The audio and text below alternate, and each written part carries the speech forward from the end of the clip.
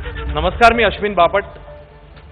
Saraswat cooperative bank limited प्रस्तुत माझा Maharashtra digital Maharashtra, powered by Arihant superstructures limited, ABP weddings आणि property inspection, partner Storytel, digital partner ABP live या कार्यक्रमामध्ये या सत्रात आपल्या सगळ्यांचं स्वागत.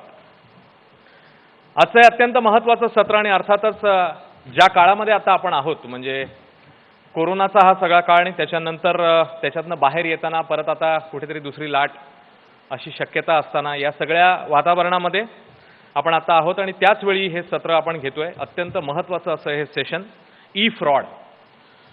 तर आपल्या सगळ्यांनाच माहिती आहे की ऑनलाईन व्यवहार हे आपल्या जीवनाचा आता अविभाज्य भाग झालेले आहेत आणि किंबहुना अन्न वस्त्र निवारा यासोबतच ऑनलाईन व्यवहार ही देखील काळाची गरज आणि आपली नित्याची गरज बनलेली असं म्हटलं तर वावगं ठरणार नाही. आणि त्याची सध्याची कारणं जसं मी म्हटलं की एक तर कोरोनाची महामारी आणि त्याच्यामुळे निर्माण झालेली ऑनलाईन व्यवहारांची गरज आणि दुसरं म्हणजे ऑनलाईन व्यवहारांमुळे वाचणारा वेळ. एकीकडे ही सगळी स्थिती असतानाच देशभरात गेल्या 1.5 ते पावणे 2 वर्षांच्या काळामध्ये 3,17,439 सायबर गुन्हे घडलेले आहेत. हा एक डेटा आपल्याला समोर आलेला होता, कारण पार्लमेंटरी सेशनमध्येच हा डेटा समोर ठेवण्यात आलेला होता. यातल्या 50,000च्या पेक्षा जास्त घटना या एकट्या महाराष्ट्रामध्ये घडल्या. याच्यावरनं या घटनांची तीव्रता किंवा त्याचं सिरियसनेस, गांभीर्य आपल्याला लक्षात येतं. आणि इतकंच नव्हे तर मुंबईत गेल्या वर्षी जो वीज पुरवठा खंडित झालेला होता, तर त्या संदर्भातही मग अशी बातमी आली होती की चीनच्या हॅकर्सचं याच्यामध्ये कनेक्शन आहे. तर एकीकडे कोरोनापासून वाचण्यासाठी आपण लसीकरण आणि या सगळ्या गोष्टी सुरू केलेल्या आहेत. आपण त्रिसूत्री पाळतो आहे. आज देखील आपण सोशल डिस्टन्सिंग ठेवून बसलेलो आणि आता फक्त या सेशन पुरता मी माझा मास्क खिशात ठेवलेला आहे, पण माझ्याकडे माझा मास्क हा आहे आणि तो मी सातत्याने लावून ठेवणार आहे माझं सेशन संपल्यानंतर. सो ही काळजी तर आपण घेतोच आहे.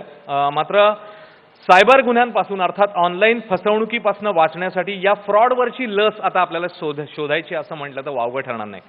आणि त्यासाठीच आज आपण जमलेलो आहोत आणि याकरता 2 अत्यंत मान्यवर व्यक्ती आपल्यासोबत आहेत. त्या दोघांनाही आपण आता स्टेजवर निमंत्रित करूया. आपल्यासोबत आहेत सारस्वत बँकेच्या इन्फॉर्मेशन सिक्युरिटी डिपार्टमेंटचे मॅनेजर नदीम इनामदार सर. त्यांना आपण मंचावर बोलूया. Nadeem sir, please welcome on stage. टाळ्यांच्या गजरात आपण त्यांचं स्वागत करूया, कारण सारस्वत बँकेचं अत्यंत महत्त्वाचं सहकार्य कार्यक्रमाच्या आयोजनामध्ये आपल्याला लाभलेलं आहे. त्यासोबतच या सायबर गुन्हे आणि एकूणातच या सगळ्या क्षेत्रामध्ये ज्यांचं अत्यंत मोठं नाव आहे, आदराने घेतलं जाणारं नाव, आणि त्यासोबतच त्या क्षेत्रातले एक्सपर्ट दिग्गज व्यक्ती म्हणून आपल्यासोबत आहेत advocate doctor Prashant Mali sir. त्यांना देखील टाळ्यांच्या गजरात आपण स्वागत करूया. वेळोवेळी आपल्या कार्यक्रमांमध्ये एबीपी माझाच्या देखील ते सहभागी होत असतात आणि आम्हाला मार्गदर्शन करत असतात. Welcome sir. दोघांनाही मान्यवरांना मी विनंती करतो की त्यांनी स्थानापन्न व्हावं. या दोघांची थोडक्यात मी ओळख करून देतो आणि त्याच्यानंतर आपण या सेशनला सुरुवात करूया. तर जसं मी म्हटलं की ऑनलाईन आताचा जो सगळा काळ आहे आणि ज्याच्यामध्ये मीही आता ऑनलाईन काळ असल्यामुळे हा मोबाईल घेऊनच बसलेलो आहे आणि या फेसबुक किंवा अन्य गॅजेट सोशल मीडियावर आपण नेहमी लाईव्ह जातच असतो. तर आजही आपण एबीपी माझाच्या डिजिटल प्लॅटफॉर्मवर लाईव्ह आहोत आणि याच्यावर काही प्रश्न येऊ शकतात या सेशनमध्ये, सो तेही मी घेणार आहे. तर या दोघांची मी सगळ्यात सुरुवातीला ओळख करून देतो. आपल्यासोबत आहेत नदीम इनामदार सर. सध्या सारस्वत बँकेच्या इन्फॉर्मेशन सिक्युरिटी डिपार्टमेंटचे ते मॅनेजर आहेत. इन्फॉर्मेशन सिक्युरिटी या क्षेत्रातला 8 वर्षाहून अधिक अनुभव त्यांना आहे. सिफी टेक्नॉलॉजीज, युनिलिव्हर यासारख्या कंपन्यांमध्ये त्यांनी काम केलं आहे आणि न्यूझीलंडमध्ये इन्फॉर्मेशन टेक्नॉलॉजीमध्ये त्यांनी पोस्ट ग्रॅज्युएट डिप्लोमा देखील केलेला आहे. सो त्यांचं पुन्हा एकदा आपण टाळ्यांच्या गजरामध्ये स्वागत करूया. मी तुम्हाला रिक्वेस्ट करेन की तुम्ही त्यांचं स्वागत करावं. आणि दुसरं नाव अर्थातच मी आता जसं म्हटलं, advocate doctor Prashant Mali sir. Cyber security, cyber law, privacy expert क्षेत्रातले एक अत्यंत नामांकित निष्णात वकील म्हणून त्यांची ओळख आहे. 25 वर्षाहून अधिक काळ ते या क्षेत्रात सल्लामसलत आणि मार्गदर्शन करतायत. त्यांनी या विषयाशी संबंधित अनेक पुस्तकंही लिहिलेली आहेत. अनेक आघाडीच्या कंपन्या तसंच मोठमोठ्या सेलिब्रिटीजना ते मार्गदर्शन करत असतात. सो त्यांच्याकडनं खूप महत्त्वाची माहिती आपल्याला या सेशनमध्ये मिळणं अपेक्षित आहे आणि एबीपी माझाच्याही अनेक कार्यक्रमांमध्ये ते आपल्या सोबत असतात. तर या दोघांचंही आपण स्वागत करूया आणि मी सुरुवातीला जाणार आहे माळी सरांकडे. माळी सर, जसं आपण म्हणतोय की आत्ताचा काळ सगळा आणि ज्याच्यामध्ये अर्थातच ऑनलाईनचा सगळा घोळ झालेला, त्यानंतर लॉकडाऊनचा पिरियड आणि ज्याच्यामध्ये नेहमी एक प्रश्न समोर सातत्याने येतो की ही तर काळाची गरज आहे, म्हणजे आपण ती मागे ठेवू शकत नाही. पण मग मला तुम्हाला स्पेसिफिक असं विचारायचं आहे की प्री आणि पोस्ट कोविड असा आपण जर विचार केला तर कोणते नवे फ्रॉड आताच्या काळामध्ये समोर येतात? आणि मी तुम्हाला रिक्वेस्ट करेन की फायनान्शियल फ्रॉड आणि अन्य गोष्टींबद्दल आपण जास्त प्रकाश इनामदार सरांकडनं टाकणार आहोत. सो अन्य फ्रॉड जे असतील त्याच्यावर तुम्ही जास्त बोलावं. तर कोविडचा हा सगळा काळ, तिथपासून पुढे आणि त्याच्या आधी तुम्ही कसं बायफरेट कराल या ऑनलाईन फ्रॉडबद्दल? कोविड काळाबद्दल बोलतो आधी. कोविड काळामध्ये लोनलीनेस म्हणजे एकटेपणा सगळ्यांना खूप जाणवत होतं. हो.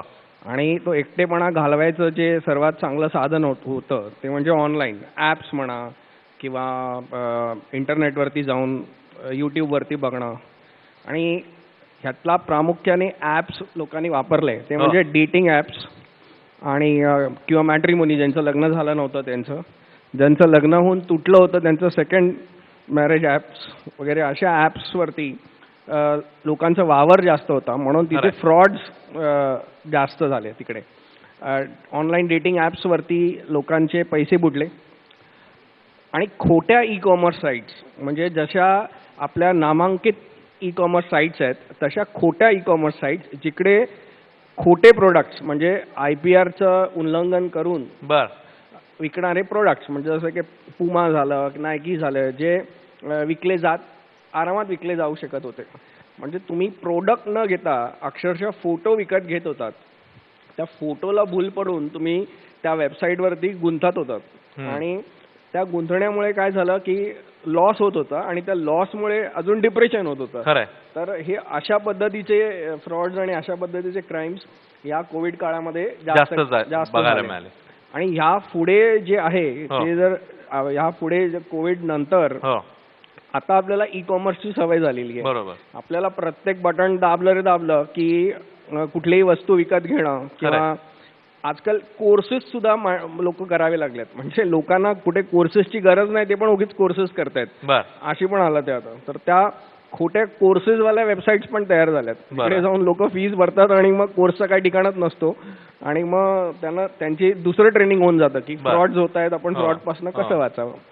तर हे जे कलेक्टिव्ह फ्रॉड आहे त्याच्यामध्ये आणि जी लोक बिटकॉइन्स मध्ये ट्रेडिंग करतायत म्हणजे क्रिप्टो करन्सीमध्ये त्यांचे ट्रिमेंडस फ्रॉड्स होत आहेत, त्यांचे पैसे जात आहेत, हॅकिंग वगैरे वगैरे. आणि इथे लॉलेसनेस असल्या कारणाने, कायद्याचं रिलेटेड त्यांना सुरक्षा नसल्या कारणाने हे बिटकॉइन रिलेटेड फ्रॉड अजून प्रमाण वाढणार आहे. ओके. सो अलर्ट केलेले आपल्याला माळी सरांनी. मी जाईन नदीम सरांकडे. बँकेशी रिलेटेड कनेक्टेड तुम्ही असल्यामुळे तुम्हाला विचारेन की आर्थिक फसवणुकीविषयी जास्त जाणून घ्यायचं. खास करून आता जसं आपण म्हटलं की ऑनलाईन व्यवहार, डिजिटल पेमेंट हे सगळं वाढलेलं आहे. तर तुम्हाला कोणते कॉमन फ्रॉड्स समोर येतात म्हणजे कस्टमर्सकडनं? तुमचं काय ऑब्झर्वेशन आहे? तर कॉमन फ्रॉड्स हे जे कस्टमरसोबत आजकाल जे होत आहेत ते UPI फ्रॉड्सचे जास्त वाढलेले आहेत. जसे पेटीएम, गुगल पे आणि अजून काही भरपूर ॲप्स आहेत ज्याच्यावरून आपण UPI पेमेंट्स करतो आणि हे सुरक्षित नसतात. कधी आपण कुठली वस्तू बाय करतो कुठल्या प्लॅटफॉर्मवरून आणि मग ते तिकडची व्यक्ती आपल्याला पेची रिक्वेस्ट पाठवते. आपण चेक नाही करत आणि आपण डिटेल्स पण चेक नाही करत की हे ट्रान्झॅक्शन जेन्युइन आहे का, किती पैसे त्यांनी मागितले आपल्याकडून, आणि आपण डायरेक्ट पे करतो. तर हे कस्टमर नेग्लिजन्स पण आपण बोलू शकतो. त्याच्यामुळेही खूप फ्रॉड होतात. आणि आम्ही असंही म्हणजे आमचे इन्व्हेस्टिगेशन होतात ते भरपूर तर कस्टमर नेग्लिजन्समुळे. तुम्हाला रिक्वेस्ट करेन की थोडा माईक जवळ धरा तुम्ही. तर भरपूर फ्रॉड ते असे होतात की जे कस्टमर नेग्लिजन्समध्ये होतात. आणि असेही फ्रॉड झालेले आहेत की ॲप्स जे आपण मोबाईलमध्ये डाउनलोड करतो हे ॲप्स थर्ड पार्टी स्टोर्सवर पण होस्टेड असतात आणि मॅलिशियस पण असतात कधी. आणि आपण जेव्हा इन्स्टॉल करतो तर हे ॲप्स जेव्हा आपण आपल्या मोबाईलमध्ये इन्स्टॉल करतो तेव्हा काही परमिशन्स मागतात. तर हे ॲप्स जेव्हा इन्स्टॉल होतात तर आपण चेक नाही करत कस्टमर्स की हे कुठले परमिशन मागतात. तर कधी आपला सेन्सिटिव्ह डेटाचेही ते ॲक्सेस मागतात आणि ह्याच्यामुळे ते फ्रॉडस्टर्स हे डेटा घेऊन मग ते फ्रॉड प्लॅन करतात आणि समोरच्या व्यक्तीला विक्टिम असे ते विक्टिम मुळे फ्रॉड करतात ते.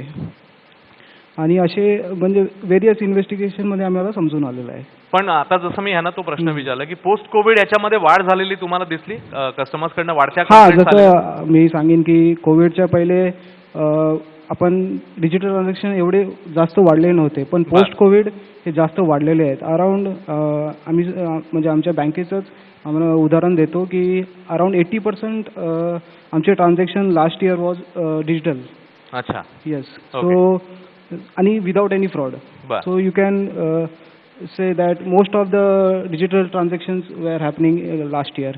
आणि हे फ्रॉड असे पण झालेले आहेत की आपण कोणालाही अकाउंट नंबर शेअर करतो, तर अकाउंट नंबर शेअर केल्यावरही हे असे म्हणजे आपण हेल्प करण्यासाठी हो. व कोणाला पैसे घेण्यासाठी हेल्प करण्यासाठी करतो, पण ते अकाउंट नंबर शेअर केल्यावर ते गैरफायदा घेऊन पण ही फ्रॉड झालेले आहेत. बर. माळी सरांकडे पुन्हा येतील. माळी सर, जसं आता आपण बोललो की कोरोनाचा सगळा विषय आणि त्याची लक्षणं आपल्याला माहिती आहेत, म्हणजे चव जाणं, सर्दी, खोकला जे काय असेल ते, तर या फ्रॉडमध्ये अडकण्याची लक्षणं असं काही आपण सांगू शकतो का? मगाशी तू म्हटल्याप्रमाणे आपल्याला या फ्रॉडसाठी पण एक लस हो. शोधणं गरजेचं आहे. हां. ती लस आहे, पण ती डोळ्यावर झापड असल्या कारणाने किंवा मला नाही, माझ्यावर फ्रॉड होणार नाही तर मी खरंय. कशाला लस घेऊ. आणि ती लस म्हणजे अवेअरनेस. बर. जेवढं जास्त अवेअरनेस तुमच्या आणि माझ्यात असेल, हो. आणि हा आपला जो शहाणपणा असतो ना, मला येतं सगळं, हां. तिकडेच मी खूप जणांना लटकलेलं बघितलेलं आहे. आणि अच्छा. एकदा का त्यांचे पैसे गेले की मला सगळं कळतं, आणि बर. त्यांचे पैसे गेले की त्यांना पैसे गेलेल्याची नाराजी होत नाही, बर. तर त्यांना मला कोणीतरी येडं बनवून गेले हां. याची सर्वात जास्त त्यांना डिप्रेशन मध्ये गेलेले असतात ते. बर. आणि म्हणून हा जो शहाणपणा न करता जेव्हा जिकडनं कुठनं प्रबोधन मिळतं आणि त्याप्रमाणे आपण सिक्युअर वागावं, बरं. ते आपल्या अंगीकृत करावं. जोपर्यंत आपण सायबर सुरक्षा ही अंगीकृत करत नाही खरंय. तोपर्यंत तुम्ही सायबर सुरक्षित होऊ शकत नाही आणि तुम्हाला कुठे ना कुठेतरी लॉस आणि तोटा होऊ शकतो. तर लक्षणं काय असणार? लक्षणं म्हणजे सर्वात सोपं लक्षण जे भारतीय लोक ज्याला नेहमी बळी पडत असतात, हो. ते म्हणजे ग्रीड. तुम्हाला कोणतरी लवकर म्हणजे अगदी 15 दिवसात 20 दिवसात पैसे डबल करून देत आहे, ही त्यांनी तुम्हाला दिलेली एक लालूच. नंतर तुम्हाला हा प्रोडक्ट जो ऍक्च्युअली मिळतोय 50,000चा, पण तो तुम्हाला ऑनलाईन दिसतोय 5,000चा, ही दुसरी लालच. म्हणजे तुम्ही लगेच जाऊन ते 5,000 भरणार आणि मग ते 5,000 100% डुबणार, कारण ते प्रोडक्ट तो नव्हताच. आणि हे सगळ्या मान्यवर वेबसाईट्सवरनं पण होतात, म्हणजे OLX सारख्या वेबसाईटवरनं पण हे असे फ्रॉड चालत असतात. तर हा जो ग्रीड आहे हा कमी करणं आणि मग सोशल इंजिनिअरिंगला बळी न पडणं. मी तर कॉन्स्टंटली तुमच्या कार्यक्रमातनं पण सांगितलं आहे की तुम्हाला जर बँकेत तुमच्या पैसे, खूप लोकांकडे बँकेत पैसे नसतात तरी बँकेने फोन केला तरी उगीच त्यांच्याशी बोलत बसतात ते, किंवा इन्कम टॅक्स भरलेलाच नसतो तरी रिफंडसाठी कोणी फोन केला तरी त्यांच्याशी चर्चा करतात. तर ही जी फोनवरनं येणारा सोशल इंजिनिअरिंगचे जे फ्रॉड्स होतात तुमच्याबरोबर, त्याला टाळायचं असेल तर फोन मार्फत बँकिंग पूर्णपणे टाळा. फोनवर कोणी फोन केला, बँकेतनं फोन करतोय, इन्शुरन्स कंपनीतनं फोन करतोय, डिजिटल वॅलेट कंपनीतनं फोन करतोय, हे फोन सगळेच टाळून टाका. तुम्ही सांगायचं मला इंटरेस्ट नाही, कट करून टाका. किंवा इन्शुरन्सची काय स्कीम मिळते, नंतर तुम्हाला ऑनलाईन किंवा 1 to 1 त्यांच्याशी करता येतं. पण जो मोमेंट तुम्ही फोन उचललात आणि त्यांचं स्किलच ते असतं की ते तुमच्याशी गोड बोलून तुम्हाला त्या झाशामध्ये घेतात आणि त्या बंधनात पाडतातच कुठे ना कुठेतरी.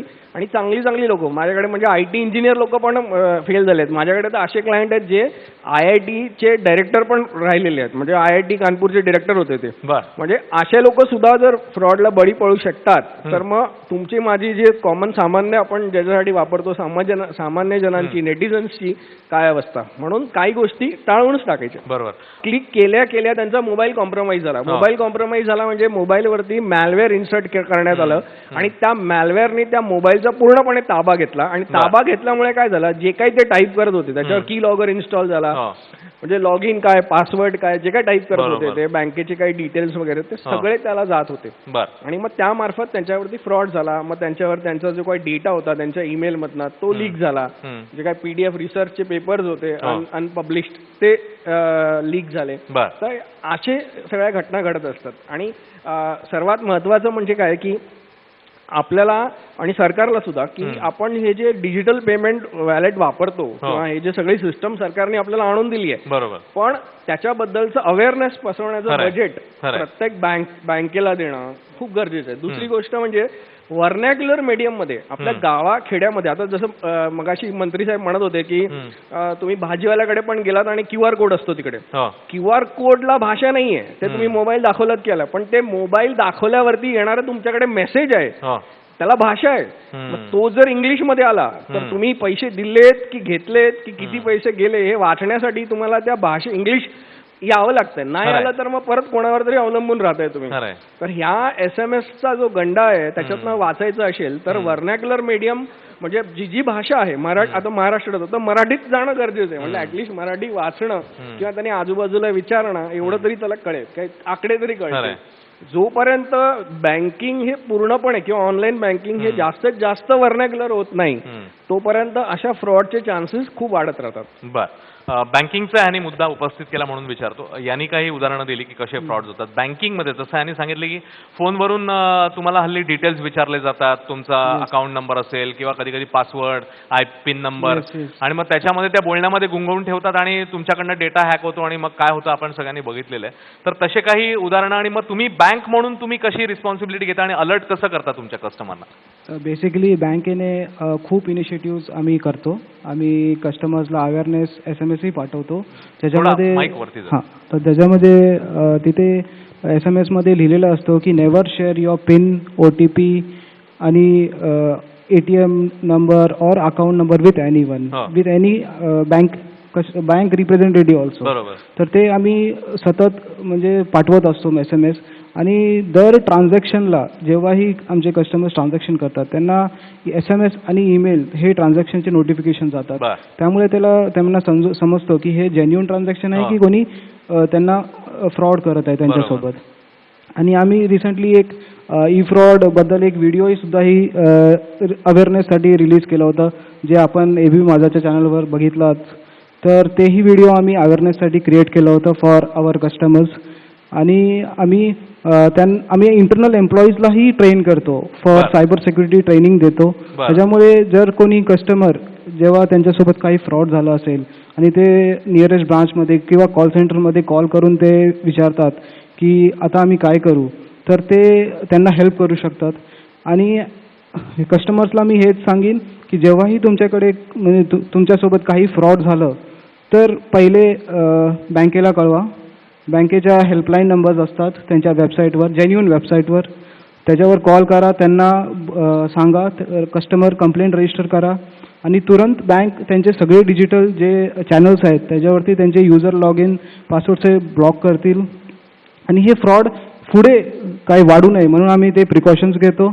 आणि नंतर मग कस्टमर FIR पण करू शकते. आणि जर कस्टमर ने समजलं की त्यांच्यासोबत फ्रॉड झाला आणि विदिन 3 days त्यांनी जर 3 daysच्या आतमध्ये त्याने जर बँकेला समजवलं तर RBIच्या कंडक्टमध्ये त्यांना त्यांचे स्वतःचे पैसेही परत भेटू शकतात जर त्यांना फ्रॉड झाला असलं तर. पण ह्याच्यामध्ये एक कंडिशन पण आहे की ह्याच्यामध्ये कस्टमरची चुकी नाही झाली पाहिजे. कारण कसं आहे की कधी कधी आपण स्वतःहून OTP शेअर करतो किंवा आपण बळी पडतो स्वतःहून. तर ते तसं नाही झालं पाहिजे. एक नेग्लिजिजन्स आहे किंवा काय दुसरं थर्ड पार्टी फ्रॉड आहे, तर त्याच्यामुळे असलं तर त्यांना त्यांचे पैसे परत भेटतील. बर. एक मुद्दा याच्यामध्ये मला तुम्हाला विचारायचं आहे की प्रलोभनानं बळी न पडणं म्हणजे हा माइंड गेम आहे. फ्रॉड जे होतात ते तुम्ही जसं म्हणालात फोनवरनं त्या तुम्हाला सगळ्या ट्रॅपमध्ये अडकवलं जातं आणि त्याच्यानंतर मग काही क्षणात तुमचे पैसे जातात आणि नंतर तुम्ही पस्तावता. याच्यामध्ये एक फॅक्टर आताच्या घडीला जो वाढलेला आहे तो म्हणजे अर्थातच लहान मुलांच्या हातामध्ये मोबाईल फोन्स आणि सगळे गॅजेट्स आलेले आहेत आणि त्या माध्यमातून पण काही फ्रॉड झाल्याचं आपण म्हणजे आमच्याकडेही बातम्या आलेल्या होत्या की वडिलांनी आपल्या मोबाईल जो आहे तो मुलाच्या हातात दिला, त्याचं काय ऑनलाईन वगैरे असेल आणि त्याने ते झाल्यानंतर काहीतरी वेगळ्याच गोष्टी तिकडे सुरू केल्या ॲप आणि अचानक त्याच्याकडनं सगळा डेटा गेला तो आणि मग नंतर पस्तावण्याची वेळ आली. तर ह्या गोष्टी आता आपण रोखू कशा शकतो? कारण आता मुलांना तर आपल्याला गॅजेट्स द्यावे लागणार, ऑनलाईन शिक्षण तर वाढलेलं आहे.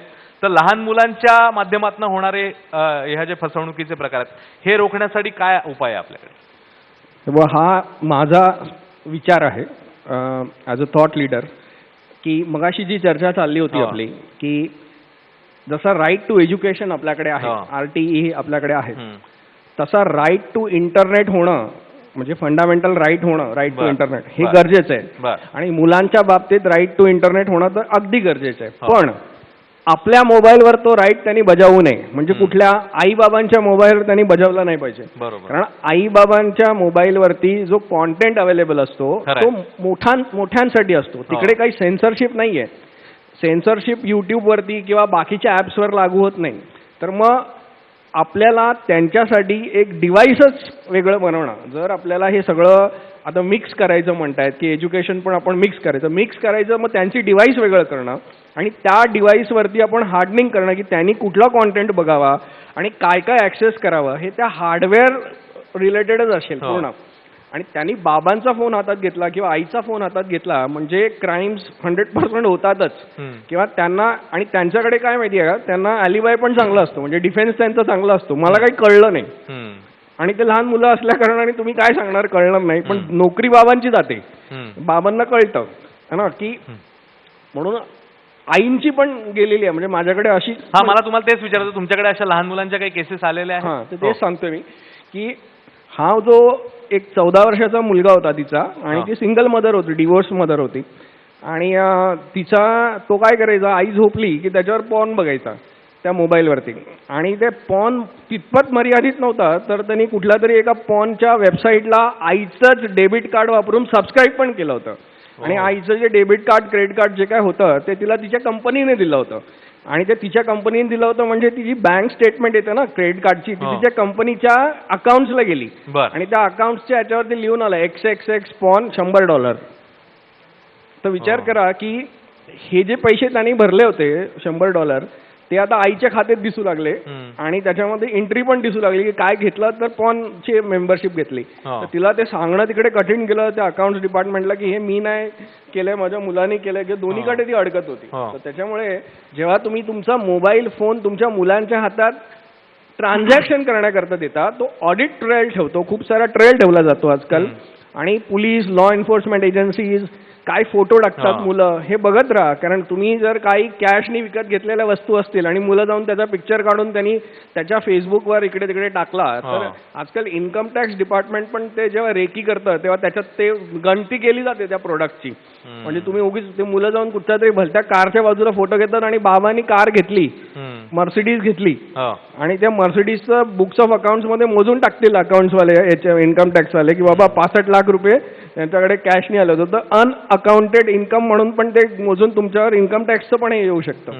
तिसरी गोष्ट सांगतो की मुलं जी भांडणं होतात त्यांच्या सोसायटीमध्ये त्यांच्यामध्ये जे काही ती मांडणी करतात त्या फेसबुकवरती एकमेकांना, मराठी लोक तर अवाच्य भाषेमध्ये शिव्या गावरान शिव्या घालतात त्याच्यावर. आता फेसबुक आणि सोशल मीडियामध्ये आर्टिफिशियल इंटेलिजन्सचे अल्गोरिदम्स आहेत जे कन्वर्ट करून त्यांना सांगतं की ह्याचा अर्थ काय.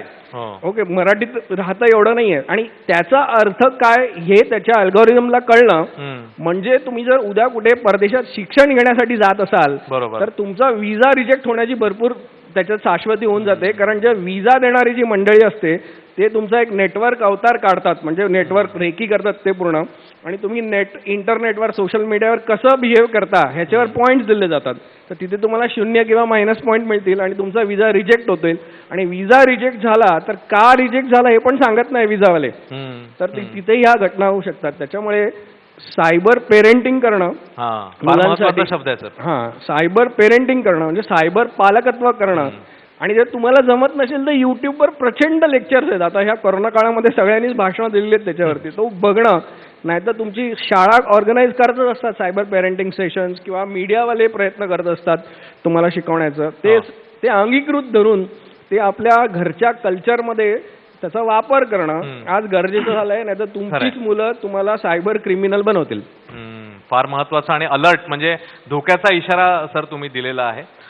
मी पुन्हा एकदा नदीम सरांकडे जाईन. आपल्याला क्वेश्चन्स काही येतात ऑनलाईन पण, आता आपण ऑनलाईन लाईव्ह आहोत. तर राकेश कदम असं विचारतायत की काही वेळा असं होतं की डायरेक्टली स्पेसिफिक बँकेचं नाव सांगून फोन येतात की अमुक तमुक आम्ही बँकेतनं बोलतोय आणि आम्हाला तुमचे डिटेल्स हवेत. तर मग ही जेन्युइनिटी कशी ओळखायची नेमकी की या बँकेतला हा व्यक्ती जो बोलतोय तो फ्रॉड नाहीये, तो जेन्युइन आहे, हे कसं ओळखायचं त्या कस्टमरनी? तर कस्टमरने पहिले जे फोन नंबर येतात ते आपल्याला चेक करायला पाहिजे. जे आता जसं ट्रू कॉलर आहे आणि आम्ही बँकेचे वेबसाईट्स आहेत तिथे आम्ही आमचे टोल फ्री नंबर रजिस्टर्ड आहेत, तर तिथे आपल्याला ते जाऊन चेक करावे लागतील की ते नंबर जेन्युइन आहेत की नाही. आणि आमचे अधिकारी म्हणजे जे बँकेचे अधिकारी असतात ते कधीही कस्टमर्सला हे विचारत नाही की तुमचं ATM नंबर काय आहे, तुमचा अकाउंट नंबर काय आहे, तुमचा पिन काय आहे. बरोबर. जेव्हा समोरचे व्यक्ती जेव्हा कॉलवरून हे सगळे क्वेश्चन्स विचारतो, तुमचा OTP काय आहे, तर तुम्हाला ते थोडं समजून घ्यावं लागेल की हे बँकेचे एम्प्लॉईज नाही विचारत. म्हणजे तिकडे कुठेतरी तुम्हाला मनामध्ये डाऊट आला पाहिजे. येस, तेव्हा मनामध्ये डाऊट आला पाहिजे आणि आपल्याला हे समजायला पाहिजे की कोणी जेन्युइन आणि कोणी फेक आहे. तर ते गोड बोलून ते आपल्याकडून ते डिटेल्स काढून घेतात आणि बँकेचे एम्प्लॉईज डायरेक्ट तुम्हाला जर त्यांची काही क्वेरी असेल ते डायरेक्ट ते क्वेरी विचारून ते तुमचं मार्गदर्शन करतील. पण हे असे जे फ्रॉडस्टर असतात ते तुम्हाला गोड बोलून आणि म्हणजे ते तुम्हाला फसवून तुमच्याकडून डिटेल्स काढून घेतील. ते तुम्हाला समजावलं तिकडे पाहिजे. अलर्ट राहावं लागेल आपल्याला. येस. माळी सर, आता आपण लहान मुलांबद्दल बोललो, पण अजून 2 घटक आहेत ज्यांना देखील आता ऑनलाईन ट्रान्झॅक्शन्स करावी लागतात. एक तर सिनियर सिटीजन काही प्रमाणात आणि दुसरं म्हणजे स्त्रिया. म्हणजे गेल्या काळामध्ये एक अशी बातमी पण आलेली की अमुक एक विशिष्ट महिन्यामध्ये स्त्रियांच्या म्हणजे जे लेडीजनी जे ऑनलाईन व्यवहार केलेत आणि त्यांचे जास्त फसवणुकीचे प्रकार समोर आलेले होते. तर मग स्त्रियांनी स्पेसिफिक नेमकं कसं अलर्ट राहायचं, कारण त्यांना काय म्हणूया आपण प्रलोभनं किंवा ऑफर्स जास्तीत जास्त साईट्स आणि एकूणात दिल्या जात असतात. तर ती मग ऑफर जेन्युइन आहे का फेक आहे, त्याच्यातनं आपण कसं वाचायचं नेमकं, हे तुम्ही स्त्रियांना नेमकं कसं अलर्ट कराल आताच्या क्षणाला. कारण अजून पुढे म्हणजे आता आपण जवळपास दुसरी लाट आली आहे अशी चर्चा सुरू आहे आणि अजून किती वेळ कोरोना सस्टेन होईल आपल्याला माहिती नाहीये. तर त्यामुळे ऑनलाईनवर आपल्याला अजून जास्तीत जास्त राहावं लागणार आहे. येणाऱ्या काळामध्ये ते व्यवहार आणखी वाढतील इरिस्पेक्टिव्ह ऑफ कोरोना. तर मग महिलांना तुम्ही कसं अलर्ट कराल आणि त्याची 1-2 उदाहरणं की कसे फ्रॉडमध्ये अडकलेल्या होत्या लेडीज. महिलांपेक्षा सिनियर मंडळी तुम्ही म्हणालात, कारण आता भारतामध्ये लाईफ एक्सपेक्टन्सी वाढलेली आहे. म्हणजे 60 वर्षाच्या वर जे रिटायर झालेली मंडळी आहे ना, खूप जण आहेत आपल्याकडे आणि त्यांना काम वेळ भरपूर असतो त्यांच्याकडे. त्यांनी गार्डनमध्ये ऐकलं की असा ॲप आला की ते लगेच ते ॲप उघडून बघतात किंवा ते त्यांच्या नातवांची कॉम्पिटिशनमध्ये असतात आणि त्यांच्या सगळ्यांची फेसबुक अकाउंट असतात. म्हणजे सगळ्या सिनियर मंडळींची फेसबुक अकाउंट असतात. आता सिनियर मंडळींना मला हे सांगायचं आहे की माझ्याकडे जे फ्रॉड येतात त्या, आता ह्यांना कुठली तरी गोरी मुलगी म्हणजे अमेरिकेतली किंवा UK मधली कायम यांची कुठेतरी फेसबुकमध्ये मैत्रीण दिसते. तुम्हाला पाठवणार आहे का ती कुठली अशी गोरी मुलगी तुम्हाला मैत्री US वरनं टेक्सासवरनं. तुमचा मैत्री किती होती, शिकलात कुठे तुम्ही, आणि तुम्ही जेव्हा असे मैत्रीचे रिक्वेस्ट येतात तेव्हा तुम्ही त्याला जरा 2दा पडताळून बघणं गरजेचं आहे की तिच्या फ्रेंड लिस्टमध्ये कोण जण आहेत. तर आपलेच गावची मंडळी आहे त्याच्यावरती आणि ती गोरी मुलगी आहे. तर हे असं होऊ शकतं का. हे सगळेच फसलेले बकरे आहेत आणि त्याच्यात तुम्ही अजून एक बकरा. ओके, तर हे बघणं गरजेचं आहे. दुसरी गोष्ट, तुम्ही जिकडे कुठे इन्व्हेस्ट केलेला आहात ना, तुमचं रिटायरमेंट झाल्यानंतर जिकडे कुठे इन्व्हेस्ट केलेला आहात तेव्हा तुमची सद्बुद्धी वापरून तुम्ही ते इन्व्हेस्ट केलेले आहात. आता तुम्हाला कोणतरी येऊन कॅन्सरचं औषध विका, कोणतरी येऊन बाबा सोन्याची नाणी विका, कोणतरी येऊन बिटकॉइन 2 महिन्यात डबल होतंय म्हणून तुम्ही इकडे पैसे टाका. ह्या प्रलोभनाला बळी पडू नका. ऑनलाईन म्हणजे सगळंच चांगलं, सगळंच खरं, हे जो तुमच्या डोक्यामध्ये भूत चिरलेलं असतं ना की ऑनलाईन म्हणजे जे दिसतं तेच मिळणार, ते नसतं. तर दिसतं तसं नसतं म्हणून जग फसतं, जी आपली जुन्या आताही लागू आहे. ते दिसतंय म्हणून विकत घेऊया, दिसतंय म्हणून त्याच्यावर विश्वास ठेवूया. आणि रिव्ह्यूज हे एक जाम गंमतवाली गोष्ट झालेली आहे. ते रिव्ह्यूज पण विकत घेता येतात. काही फुकटे लोक बसले ते उगीच रिव्ह्यू टाकत असतात. तर ते रिव्ह्यूज बघण्याची आपलं कल्चर पण तुम्ही डोक्यामध्ये टाकून घ्या आणि कळा की खोटे रिव्ह्यू आहेत की खरे रिव्ह्यू आहेत ते. तर हे महिलांनाही लागू आहे. म्हणजे महिलांसाठी पण काय होतं की आता जे अल्गोरिदम्स आहेत ना, ते ट्रॅप करण्यामध्ये अतिशय चांगले आहेत. आणि हे अल्गोरिदम फक्त मोठ्या कंपन्यांकडे आहेत असं नाही आहे. हे अल्गोरिदम तुमच्या सायकीवर काम करतात. म्हणजे तुम्ही जाऊन Amazonवर TV शोधलात की लगेच तुम्हाला एक टीव्हीची 50% डिस्काउंटवाला टीव्ही कायम दिसायला लागतो. आणि तो 50% डिस्काउंटवाला Amazonवरनं नसतो, तर तो असाच फ्रॉड वेबसाईट जी असते जी हे अनालिटिक्स विकत घेतात आणि त्याच्यावरती आपला प्रोडक्ट बेचतात. ते काय करतात, हे जे फ्रॉड वेबसाईट्स असतात हे बाहेरून अनालिटिक्स विकत घेतात, जे काय मिळतं तो रिसर्च मिळतो की आत्ताच्या घडीला महिला काय शोधतात हो आणि लगेच ते प्रोडक्ट त्यांच्याकडे तयार झालेलं असतं. त्यांच्याकडे प्रोडक्ट नसतं, फोटोग्राफच असतात फक्त. बर बर आणि ते फोटोग्राफ असतात ते नेमके 50-60% डिस्काउंटवर असतात. हो कारण आपल्या भारतामध्ये सेल म्हटला की लगेच लोक धावतात, महिला बर. खास तर धावतात. बर आणि जर ते स्वस्त मिळणार असेल, ब्रँडेड मिळणार असेल तर अजून धावतात. तर हे जे ब्युटी प्रोडक्ट्स आहेत तिकडे जास्त महिलांना फ्रॉड बघण्यात आलेलं आहे. अलर्ट राहावं अलर्ट राहायला पाहिजे. आणि एक फक्त तुम्हाला थोडंसं मध्ये मी थांबवतो कारण आपला वेळ अगदी थोडा आहे आता. आपल्या वेब इंटरव्ह्यू मध्ये देखील तुम्ही सांगितलेलं होतं की फ्रॉड वेबसाईट्स ओळखताना अमुक एक गोष्ट सर्च केल्यावर आपल्याला कळतं. ते थोडंसं टिप्स द्या ना फक्त जाता जाता. फ्रॉड वेबसाईट्स बद्दल जर तुम्हाला बघायचं असेल तर तुम्ही गुगलवर जायचं. हो गुगलवरती त्या साईट बद्दल लिहायचं, म्हणजे त्या साईटचं नाव लिहायचं, कुठली बर, xyz.com लिहायचं हो. आणि त्याच्या पुढे फ्रॉड लिहायचं बर किंवा त्याच्या पुढे इश्यू लिहायचं हम्म. किंवा त्याच्या पुढे क्राईम असा शब्द लिहायचा गुगलवर. हम्म. मग काय होतं की बाकीचे जे दिलजली लोक असतात ना, ज्यांचे पैसे गेलेले असतात, त्यांनी कुठेतरी जाऊन त्यांच्या विरुद्ध ओकलेलं असतं हम्म. आणि मग त्या फोरमची ती लिंक वरती येते त्याची आणि त्या बर. लिंक वरती तुम्हाला खरोखर वाचता येतं. म्हणजे बर. खूप साऱ्या अशा ग्राहक सेवा, कंझ्युमर फोरम वगैरे ओके, अशा भरपूर ओके, साईट्स आहेत ओके. जे प्रायव्हेट लोक चालवतात. हो. आता ते चांगल्याच आहेत ह्याची गॅरंटी देत नाही, कारण बर. त्याला एक थोडी ब्लॅकमेलिंगची कड पण असते. बरं पण त्या साईट्स वरती ह्यांनी जाऊन ओकलेलं असतं आणि तिकडे जर तुम्ही बघितलं की लोकांना यांनी फ्रॉड खरोखर झालेला बर, आहे, बर. तर असल्या ई कॉमर्स साईट्स वरती ट्रान्झॅक्शन करू नका. खरंय. तेव्हा खरं म्हणजे हा विषय अजून आपण अनेक तास बोलू शकतो, पण आपल्या सेशनला इकडे आपल्याला थांबावं लागेल. आणि जसं आपण मगाशी म्हणतोय की कोरोनावरची लस आता आलेली आहे, मात्र फ्रॉडवरची लस शोधण्यासाठी आपण सगळ्यांनीच मला असं वाटतं प्रयत्न केले पाहिजेत. आणि त्याच्यामध्ये सोशल डिस्टन्सिंग, म्हणजे लहान मुलांना खास करून काही गोष्टींपासून सोशल डिस्टन्सिंग आपण जर केलं या डिजिटल सगळ्या सोशल वेब डिस्टन्सिंग, हां, तर ते आय थिंक फार महत्त्वाचं आहे. आणि माइंड गेम त्याच्यामध्ये न अडकणं आय थिंक ती फार महत्त्वाची गोष्ट राहील. आणि एकूण आता सिक्युरिटी, म्हणजे पुन्हा एकदा SMS आला, सोशल डिस्टन्सिंग, माइंड गेम आणि सिक्युरिटी. तर या SMSने आपण या ई फ्रॉडमधनं वाचण्याचा प्रयत्न करूया. या अत्यंत महत्त्वाच्या सेशनसाठी या दोन्ही मान्यवरांनी आपल्याला वेळ दिला. दोघांचेही मनपूर्वक आभार. नदीम इनामदार सर आपल्यासोबत होते आणि ॲडव्होकेट प्रशांत माळी, डॉक्टर प्रशांत माळी, या दोघांचेही आभार. आणि आता मी ABP नेटवर्कचे regional sales director Shailesh Hegde यांना रिक्वेस्ट करेन की त्यांनी मंचावर यावं आणि या दोन्ही मान्यवरांना आपण सन्मानित करतोय. शैलेश हेगडे सर, आपण खास मेमेंटो देऊन यांचा सन्मान करतोय.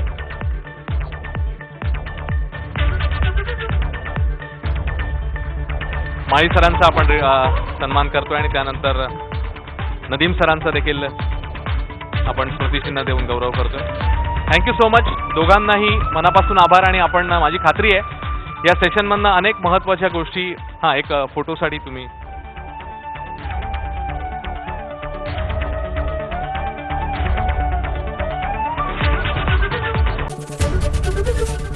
ABP माझा, उघडा डोळे बघा नीट.